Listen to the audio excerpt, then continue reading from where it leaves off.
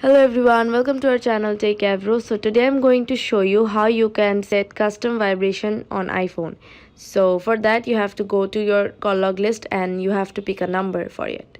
So I'm going to my call log and I'm going to pick a number. So from here I'm going to pick this number, and from here you just have to tap edit button, which is the top right corner, and then swipe down. And if you want to set custom vibration for your ringtone, you have to tap ringtone, or if you want to set custom vibration for your text tone, you have to tap text tone.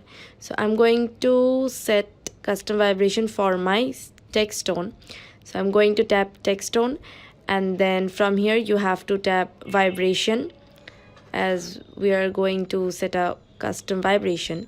So from here you have to tap create new vibration for it. So if you create your new vibration, then you will make your own kind of vibration. So from here you have to tap the black screen to create a custom, and then you have to tap save. So this is how you can create your custom vibration for your text tone and as a ringtone also. So yeah, thanks for watching. Hope this video helps you. Don't forget to subscribe to our channel and don't forget to hit the bell icon button. Bye bye. See you in the next video.